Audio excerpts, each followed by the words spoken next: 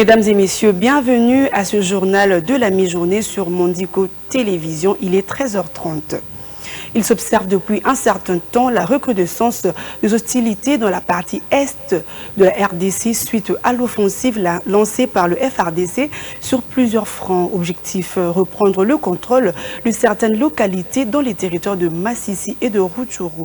De nouveaux affrontements opposent depuis tôt le matin de ce vendredi 31 mai 2024 les forces armées de la République démocratique du Congo, appuyées par le Wazalendo et le rebelle du M23 RDF sur deux collines stratégiques surplombant les cités de Bwenerena et Minova. Suivez.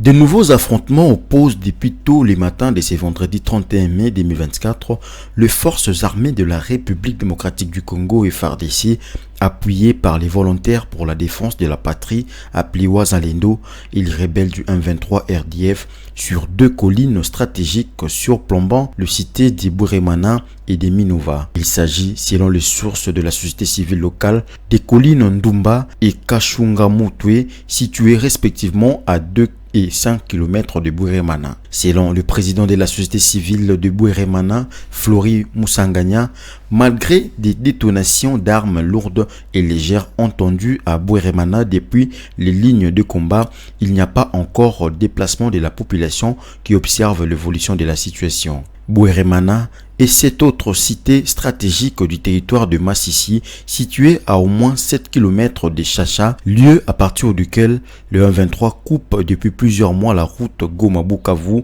la RN2, sur son tronçon Sake-Minova. Des milliers de déplacés ayant fui une dizaine de localités sous l'emprise du M23 se sont concentrés sur l'axe Bweremana-Minova. La société civile locale qui alerte affirme que ce déplacé manque de tout. Pendant ces temps, les combats se poursuivent. Jeudi, le porte-parole du secteur opérationnel Nord Kivu, Sokola 2, le lieutenant-colonel Njike Kaiko Guillaume, a confirmé que l'armée a répliqué à une énième provocation du M23 RDF dans la région de Sake. Des combats sporadiques opposent depuis pratiquement une semaine la coalition M23 RDF ou FARDC appuyée par les Wazalendo sur plusieurs axes dans les territoires de Massissi, notamment les axes Biambwe Massissi Centre, Sake Bweremana et Ngungu Rubaya, où des localités ont été reconquises par les forces loyalistes. En politique, opportunisme ou stratégie politique, la nomination de Mutamba est une surprise. Après avoir été une farouche critique du régime en place, il se retrouve aujourd'hui membre du gouvernement. Le nouveau ministre de la Justice et garde de Sceaux se fixe deux grands objectifs au cours de son mandat. Tout d'abord, initier des actions judiciaires contre les auteurs de l'agression rwandaise ainsi que les détourneurs de deniers publics. Vinigali Junior nous fait le point.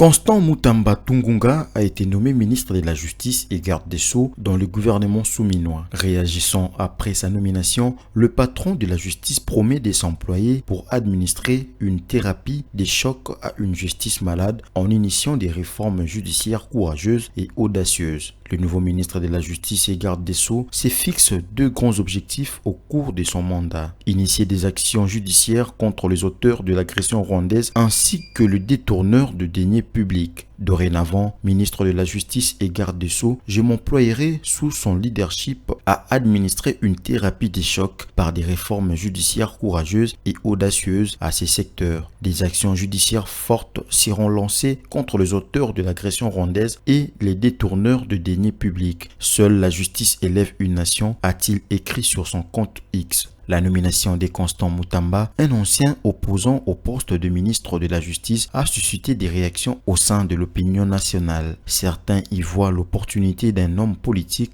prêt à sacrifier ses convictions pour un poste de pouvoir. D'autres y voient un calcul stratégique, une manière d'influencer les systèmes de l'intérieur. Autre chose à présent, 2 217 456 élèves sont attendus lundi 3 et mardi 4 juin 2024 aux épreuves de l'examen national des fins d'études primaires. Édition 2023-2024, ces épreuves sont organisées à la clôture de l'année scolaire en RDC au profit des élèves finalistes du cycle primaire. Le détail dans ce commentaire de Rantaluyela. Le ministère de l'Éducation et Nouvelle Citoyenneté annonce la tenue de l'examen national de fin d'études primaires le lundi 3 et le mardi 4 juin 2024 sur toute l'étendue de la République démocratique du Congo. 2 217 456 élèves sont inscrits pour ces tests, dont 1 81 288 filles seront soumises aux différentes épreuves de l'ENAFEP 2024. Ces épreuves porteront notamment sur le français, le mathématique, la culture générale et les sciences. Par rapport aux éditions précédentes, cette édition avait connu un effectif de 2 067 138 élèves, dont 988 529 filles. L'examen national de fin d'études primaires constitue des épreuves d'évaluation certificative qui sanctionnent les niveaux primaires de l'élève. Il est institué par l'arrêté numéro 004/2022 de janvier 2022, faisant suite à l'ancien arrêté du 1996 dans son ancienne appellation de test national de fin d'études primaires TENAFEP. Quittons la RDC pour l'Afrique du Sud où la commission électorale a déclaré jeudi à la fin de la journée le dépouillement de bulletins de vote déroulés mercredi pour le législatif très particulière. Avec 35% de votes comptabilisés jeudi soir, les partis de l'ANC n'obtiennent que 43% de voix selon la commission électorale. Regardez. Les procédures de dépouillement sont maintenant terminées. Seuls quelques bureaux de vote sont encore en train de dépouiller à environ 3 heures. Les procédures de dépouillement sont désormais terminées. Quelques bureaux de vote en ont encore pour environ 3 heures. Le processus de compilation des résultats consiste à assurer l'exactitude et la validation de ces résultats.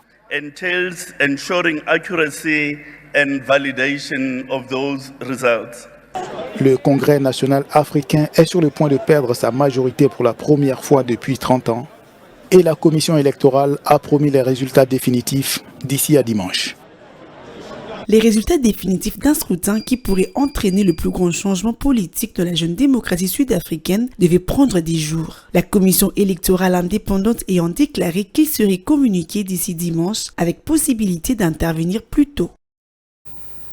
Toujours en Afrique du Sud, des partisans du parti Umkhonto we Sizwe ont été vus en train de faire la fête dans les rues des townships dans la région rurale de KwaZulu-Natal.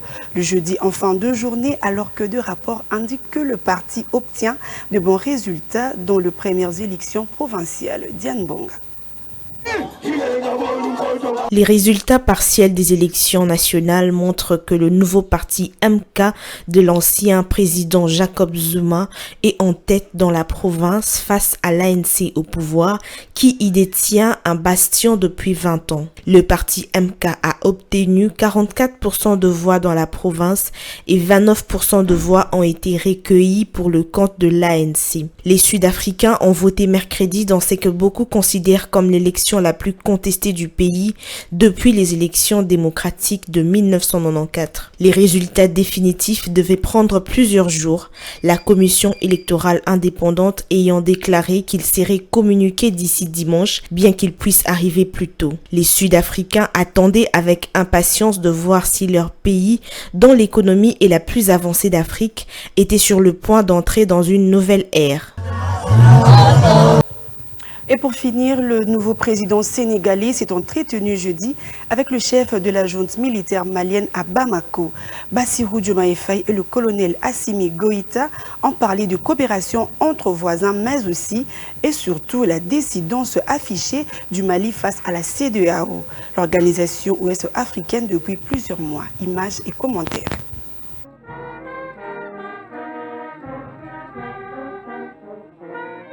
Nous avons aussi parlé de la question de la CEDEAO. Comme vous le savez, le Mali est membre des États de l'Alliance du Sahel Ceux qui ont suivi mes déplacements dans les différents pays de la CEDEAO m'ont entendu prêcher cette bonne parole-là. Je me suis évertué à en échanger longuement avec le colonel. J'ai compris la position malienne qui, quoique rigide, n'est pas totalement inflexible. Mais nous pensons que, en tout cas de mon point de vue, nous pensons que nous devons continuer à travailler avec toutes les parties prenantes, ne pas se décourager de trouver des issues heureuses qui nous permettent de renforcer l'intégration. Il s'agit pour Diomaye Faye de la première étape d'un périple qui le conduira au Burkina Faso, un autre pays qui forme avec le Mali et le Niger l'alliance des États du Sahel. Les trois États sont dirigés par des militaires autour du coup d'État. La récente promesse électorale de M. Faye était mener le Mali, le Burkina Faso et le Niger au sein du bloc régional de la CEDEAO. Place à la revue de presse.